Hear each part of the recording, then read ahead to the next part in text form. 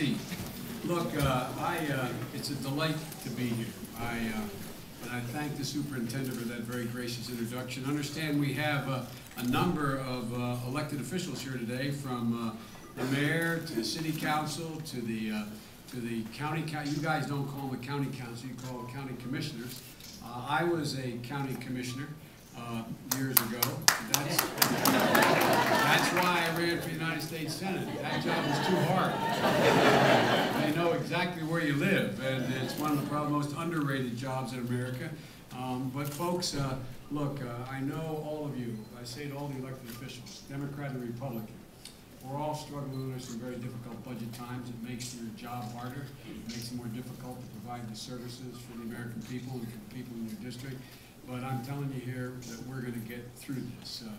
You know, when President Barack Obama and I came to office, before I lowered my right hand in that magnificent January 20th day, looking at a couple million people out there, we had already lost that day, up to that day, 3.5 million jobs, private sector jobs in the previous 6 months.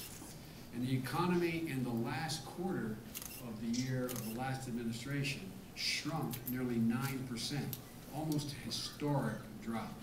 And before we could get our legislative agenda in place, that is, before we could say what we wanted to do to try to deal with this problem, America, the U.S. economy, had lost $16 trillion.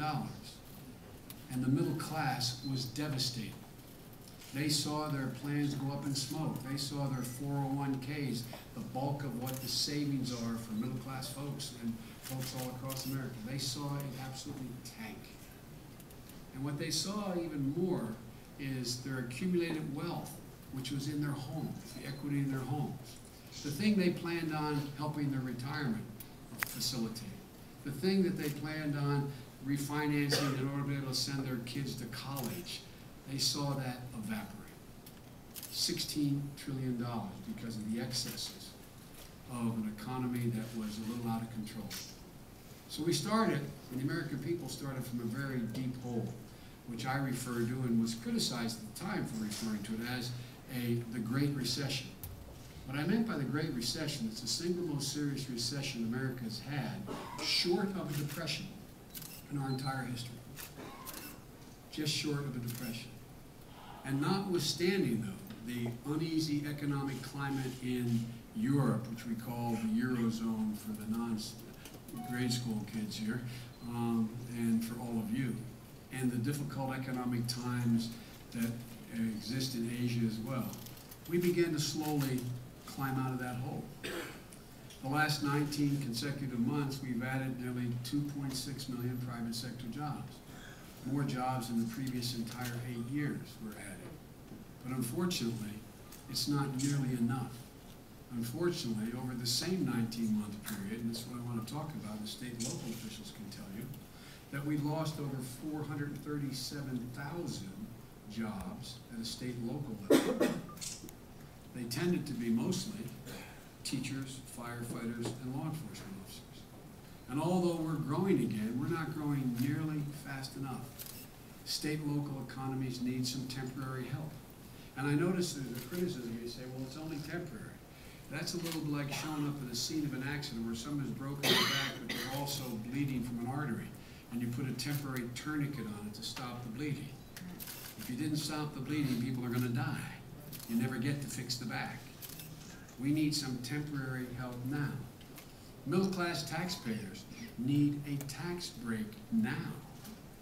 The difference will be whether or not they can pay their auto insurance, whether they may be able to continue to pay the insurance on their home, whether or not they're going to tell their kid they got to come back from Penn State next semester or York College because they can't afford to stay there for another semester.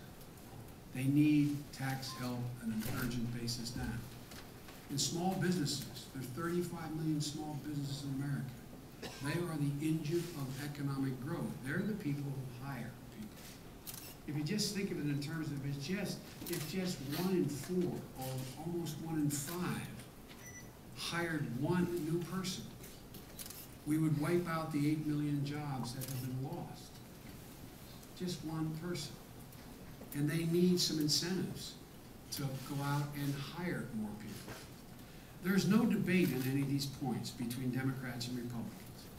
You know, Pat Moynihan, Senator Moynihan used to say, everybody's entitled to their own opinion, but not everybody's entitled to their own facts. And the facts are, what I just said is factually true. And the irony is, when the President and I sat down, and we literally did sit down to write the American Jobs Act, we set out to do two things, I say to the parents and the teachers and the folks in this room. We set out to pick things that we thought everybody was for. Everybody, Democrats and Republicans. Because historically, I've been there for a lot of presidents. Republican and Democratic presidents have talked about investing in infrastructure, bridges, roads, airports. It's never been an argument. It's never been an argument whether or not we should give small businesses tax breaks to help them along. It's never been an argument whether we should give tax breaks to the American people.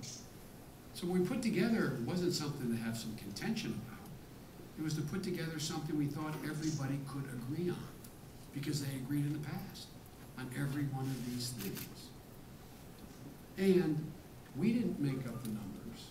Independent validators from Moody's to other econometric models say that this would create, if we pass it and when we pass it, between 1.3 and 1.9 million brand new jobs within the next year and a half. It would grow the economy, the GDP, by up to 2%. Given this little bit of a boost, we're out of the hole, but it's like we're in a car that is now on the highway, needs a lot of engine repair, it's pretty well dented. It's traveling along at 25 miles an hour, but for everybody to be in the game, it's got to be traveling 60 miles an hour. We've got to do something to keep this thing in motion. And so we said that we're going to give tax cuts to small businesses and a payroll tax. We're going to cut it in half. Right now, somebody who runs a small business, what happens is they pay 6.2% of their receipts in a payroll tax. It goes in to fund Social Security and other programs. We cut it in half. So somebody has 10 employees, that means $15,000 a year more they have in their till to go maybe hire somebody part-time. If they have 20 employees, it's $30,000, and you just do the math. We also say to middle-class folks who are struggling, we're literally struggling. Think of all the people you know, literally. Think of the people you personally know who tonight are going to go to bed staring at the ceiling and literally wondering whether 2 months from now they'll be able to be in that same house, looking at that same ceiling. I'm from Scranton, and my dad used an expression: the longest walk a parent can make is up a short flight of stairs to their child's bedroom to say, honey, I'm sorry, but you cannot go back to the same school next year. We're not going to be going to the same church. You can't play in that little league team because daddy lost his job, mommy lost her job. Or the bank, honey, says, our house isn't worth as much as what we paid for it, and we're not going to be able to stay here. My dad made that walk when I was in 3rd grade, going to the 4th grade, coincidentally, and I just came out of a 4th grade class. I remember him walking up the stairs of my grandfather's house in Scranton, because we were living with my grandpa, and sitting at the end of the bed and say, Joey, Dad's got to move. And I thought, what is going on?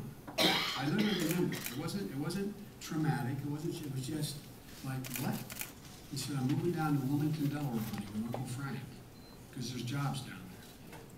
And I'll try to come home every weekend. I think home every weekend. It's only 156 miles. I remember that sticking in my head. That sounded like 1,000,000 miles. And he said, when I get enough money, I'll bring you and Mom and Val and Jimmy, and we'll go down and we'll have a nice place in Wilmington.